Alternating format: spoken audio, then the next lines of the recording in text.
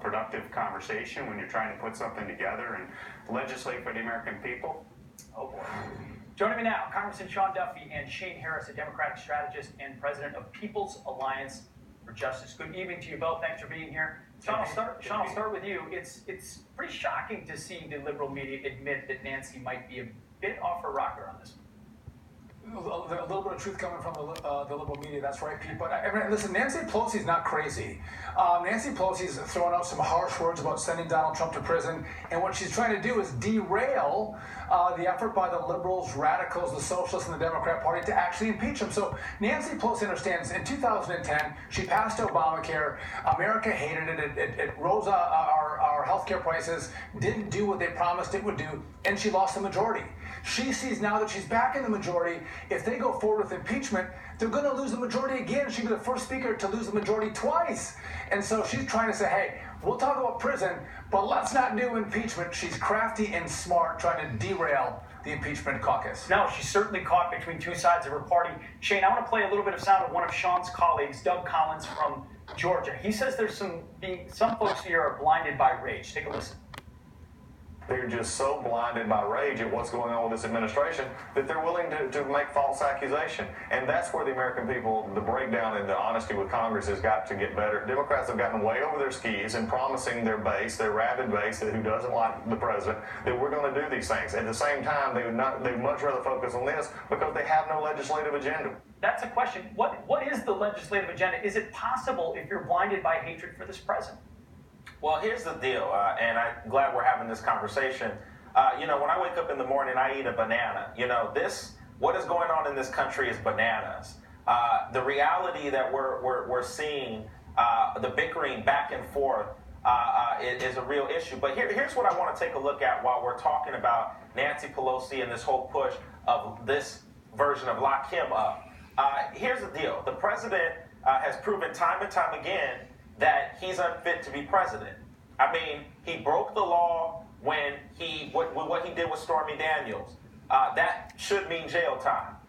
He clearly broke the law when he began to deal with obstructing justice in the investigation, the Mueller investigation. That should be jail time. So, I mean, here's the real deal. We're dealing in a country where we want on one side not to be a conversation where on the other side it's all right. Hold on, Shane, the president of the United States was taking on Hillary Clinton, saying lock her up. He led the lock her up movement.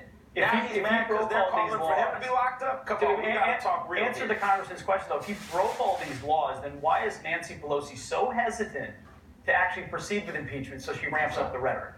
Well, here's the thing. Nancy Pelosi is actually very smart. She knows how to play strategic. She's not going to go straight in for this or for that. She's going to be very strategic about her approach, and she's always been that way. So to ask, and I get what the congressman is saying, but to ask the question about why is she just now trying to get on this is because she's strategic. She didn't just jump to impeachment when others would. She didn't just do this and do that because others would. She's very strategic. She stands on her own 2 feet. She's a strong woman, and she knows exactly where to pull the strings at. Clearly, this president is bothered. Sean, go ahead. Hey, Shane, what I think is bananas is the fact that the Democrats craft a fake dossier and start a fake investigation on Donald Trump, and then they claim he obstructed their fake investigation. And by the way, he didn't obstruct the investigation. Robert Mueller said that he got complete compliance from Donald Trump. Don McGahn, the chief legal counsel, actually testified for more than 30 hours. So your real claim is he attempted to obstruct our fake investigation, but he didn't obstruct the investigation. And Pete, you mentioned this. We have to go back and go, how did this crazy investigation start? Yeah. And we're going to find that out. And I think you're going to see Democrats running for the hills in which they would have never gone on this road because if you're all about truth, justice, of craziness. If you're all about getting to the truth and justice, are you equally concerned, and to Sean's point, of the origins of this? That maybe our own institutions took a lot of latitude in investigating a presidential candidate? No, I don't, because the reality is that this president showed real concerns coming into his campaign. Forget when he became president. In his campaign, there was lots of things that have happened. Also, let us be reminded that under the Obama administration, not one indictment in that administration. Under this administration, multiple indictments while the Mueller investigation went on. So clearly there's something wrong. Clearly there's something wrong with what is going on. And clearly there was a real call to action around this investigation.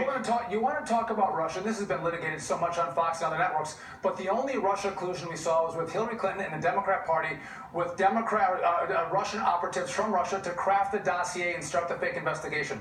We should look at that, which it's mind-boggling that Mueller didn't actually do that part of the investigation and go, Russia, how about Hillary Clinton and Democrats? Well, he ignored that. Look at it, and so when you hate Donald Trump so much, you do get blinded by the rage.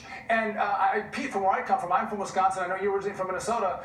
This economy has never been better. People love Donald Trump because he wakes up every day and says, I'm going to fight for you, make your economy stronger, your opportunity greater, your wages rise. And they go, I might not love every tweet. I might not love every fight that he might get in, but I love what he's doing for me and my family. My kids graduate from school and they get a job. They move out of my basement. They pay their student loans back. It could be better for me and my family all across America. Even the talk. That's if you're out of the bubble. Even the talk, Shane, without impeachment is not necessarily advancing the ball for Democrats. But gentlemen, stand by. On another note, don't forget, there are 3 separate investigations right now on how the Russia investigation began in the first place, including the one by U.S. Attorney John Durham, who's investigating corrupt former intel leaders.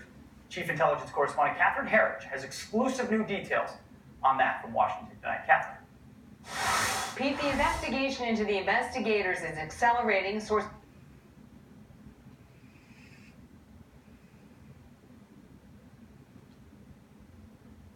Do you dismiss all that?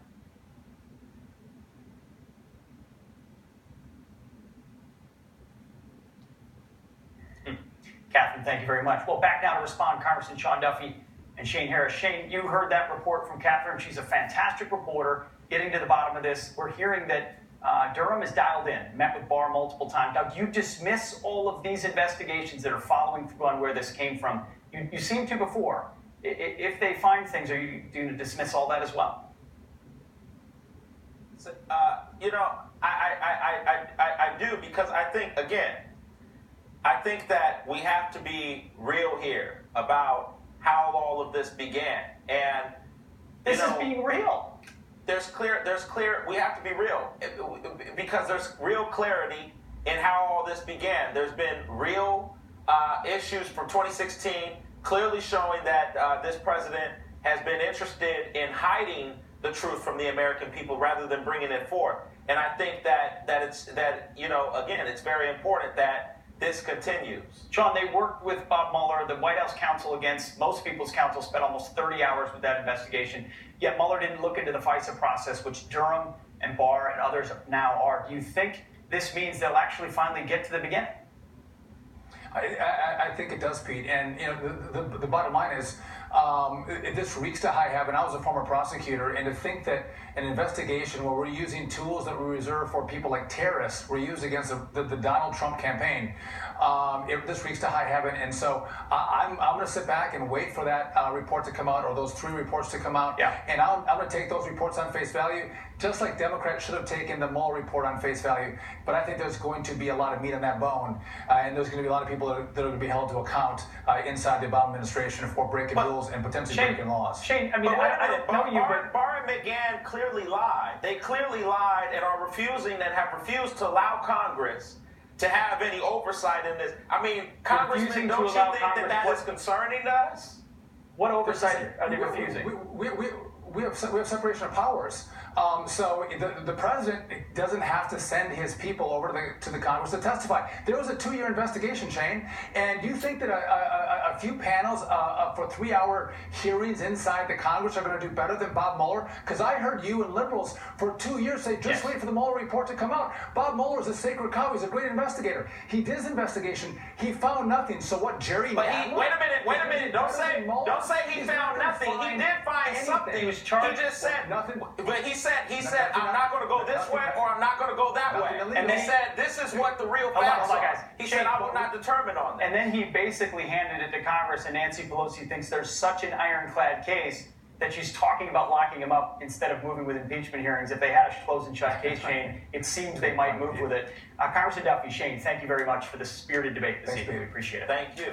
All right, well, next, breaking new details from Washington tonight, where moments ago, a deal was struck with Mexico.